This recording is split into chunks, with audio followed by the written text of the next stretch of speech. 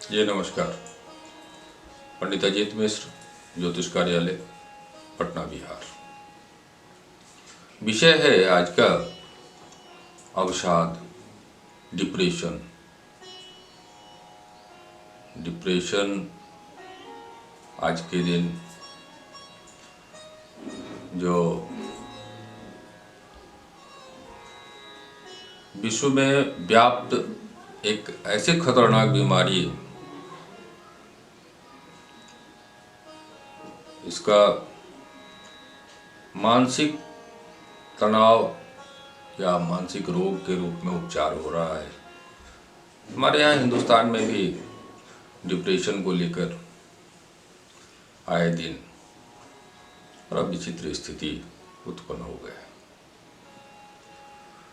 Depression अब तो उम्र का कोई लिहाज ही नहीं रखता। किस उम्र के जातक को या किस उम्र के मनुष्य को डिप्रेशन का शिकार होना पड़ेगा, ये भी कहना बड़ा कठिन हो गया है। डिप्रेशन में कुछ बाहरी ऐसा तो कुछ दिखता नहीं कि अमुक व्यक्ति डिप्रेशन में है, परंतु वो अपने लिए, अपने लक्ष्य को प्राप्त करने के लिए, अपने कार्यकलाप को सही तरीके से करने के लिए सक्षम नहीं हो पाते हैं। आज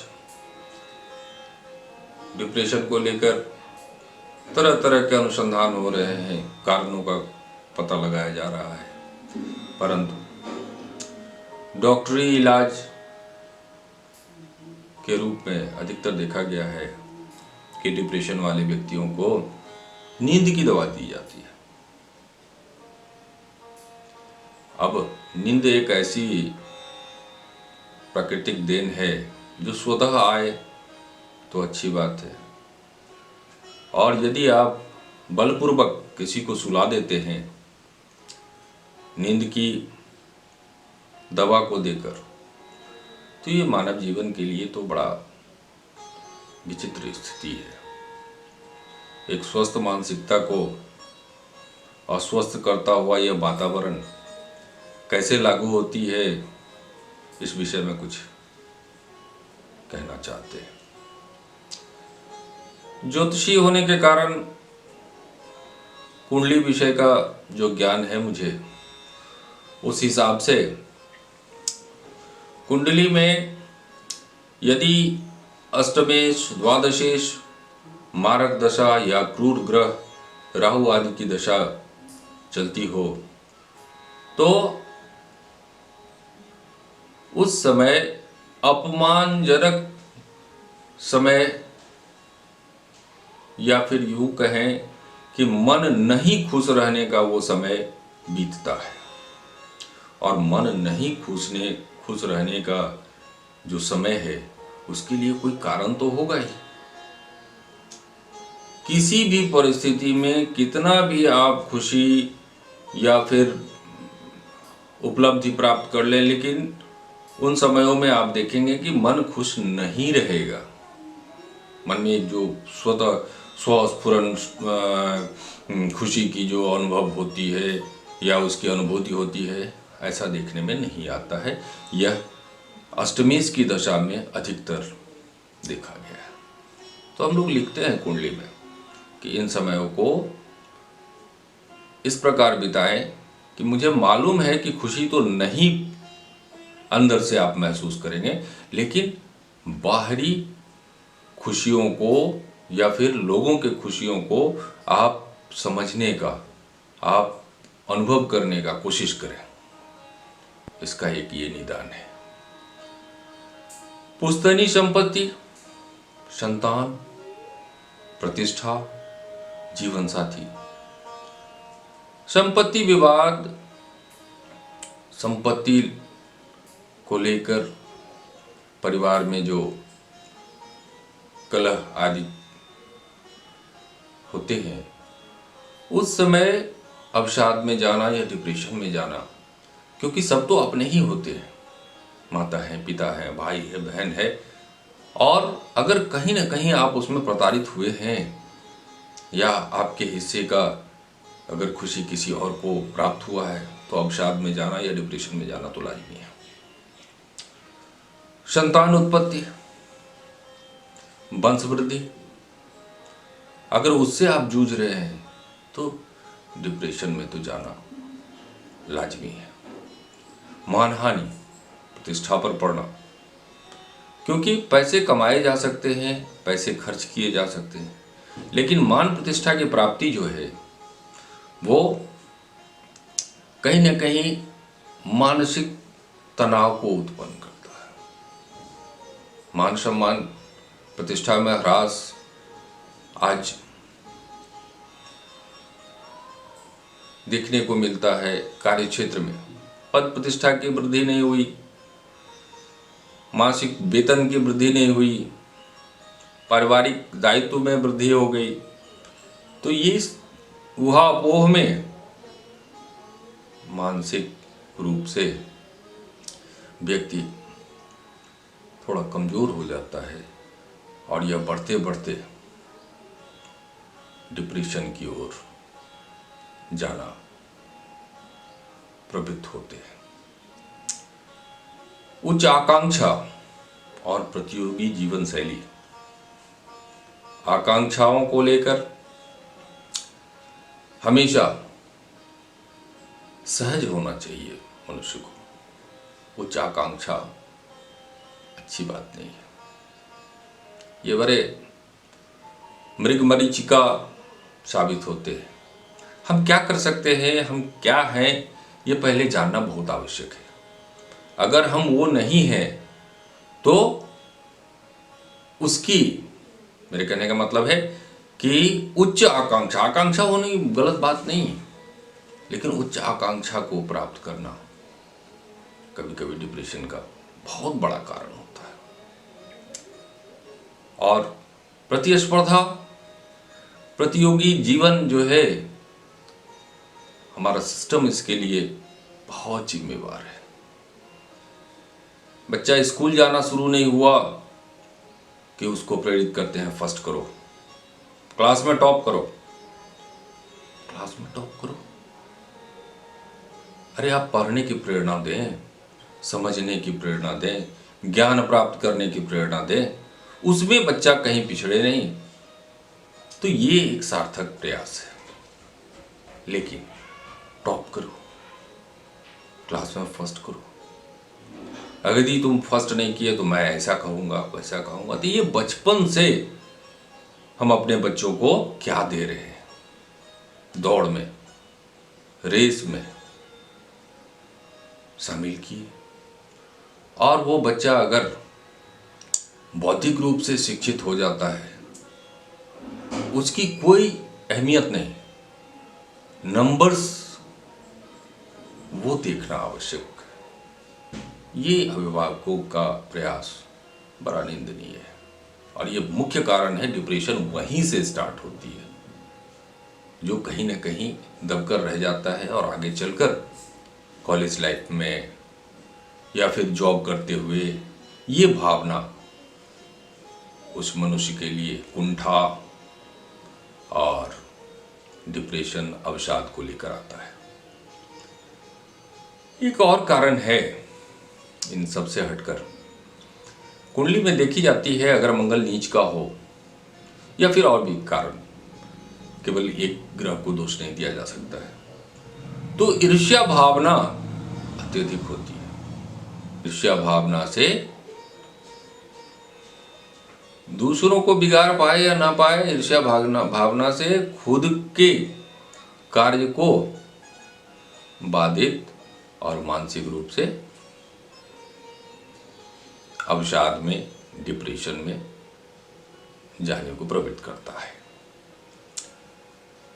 प्रेम संबंध, अब तो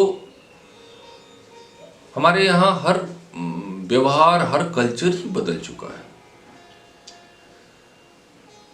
अब इस बात को लेकर नहीं होती है चर्चाएं कि हम पढ़ने गए हैं, हम जॉब लेने गए हैं, नहीं साहब, अब हम बड़े हो गए हैं और जीवन के हर पहलू को मुझे ही देखना है, तो शादी विवाह भी हम अपने मर्जी से ही करेंगे, जबकि भारतीय संविधान इस बात की इजाज़त नहीं देती है।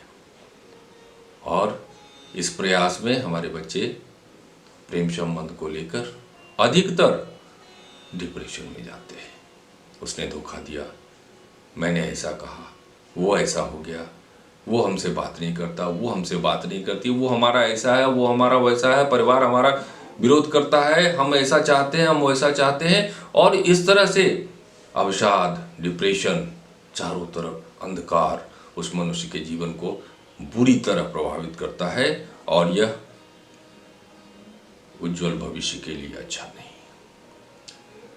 परिवार को उस समय तरजीह नहीं देते हैं बच्चे। वो कहते हैं कि ये मेरा अंतिम फैसला है, मैं अमुक व्यक्ति से, अमुक स्त्री से ही, अमुक नारी से ही, अमुक लड़की से ही विवाह करूंगा। साहब, ये कहीं ना कहीं तो कुछ तो गड़बड़ है और अधिकतर मामले में डिप्रेशन के शिकार होते हैं। कारणों की चर्चा हो चुकी है, अब कुछ उपाय हमारी तरफ से। ज्योतिषीय उपाय बहुत ही कारगर होते हैं। कुंडली के हिसाब से जिस ग्रह से प्रभावित होकर ये समय अवसाद, डिप्रेशन का है, उसका उपाय होना चाहिए। इसके लिए देखना होगा कि यह बाधा अष्टमेश से या द्वादशेश से या फिर किस क्रूर ग्रह या चांडाल ग्रह या फिर किन कारणों से यह समय प्रारंभ है और कब तक चलेगा, इसकी जानकारी तो कुंडली से बिल्कुल मिलेगा। और इसके उपाय तो ये एक पक्ष हुआ, ज्योतिषीय पक्ष हुआ, ये आप अपने अच्छे ज्योतिष से मिलकर ऐसा कर सकते हैं और इससे राहत भी होती है, इसमें कहीं कोई दो मत नहीं।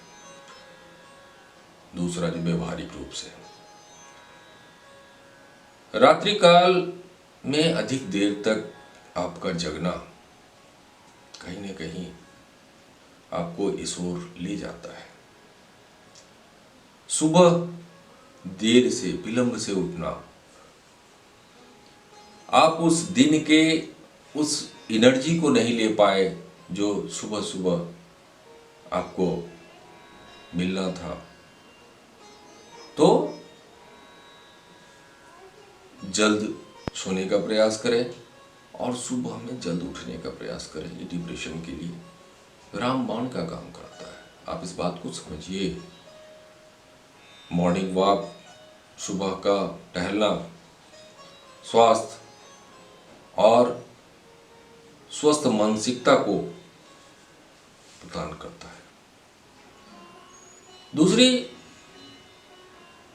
सबसे बड़ी बात है कि यदि आप टेंशन या किसी सोच में इतने गहरे डूब गए हैं कि अब लगता है कि मेरा दिमागी तौर पर बहुत खराब स्थिति है, उस समय म्यूजिकल इंस्ट्रूमेंट वाले जो गाने हैं या संगीत हैं, या फिर अगर आप क्लासिकल सुनना पसंद करते हैं तो बहुत राहत देगा आपको। इस बात को हम पूरे जोर देकर कहते हैं कि इस चीज को अपना कर देखें। संगीत अवसाद को दूर करने का एक बहुत बड़ा जरिया है।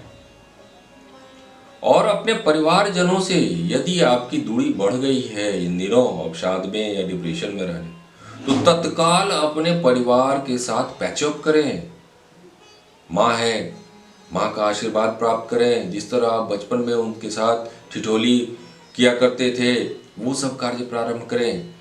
आप अपने पिता से यदि मतांतर भी है तो भी उनकी बातों को गौर से सुनना पसंद करें, उस कार्य में लगे।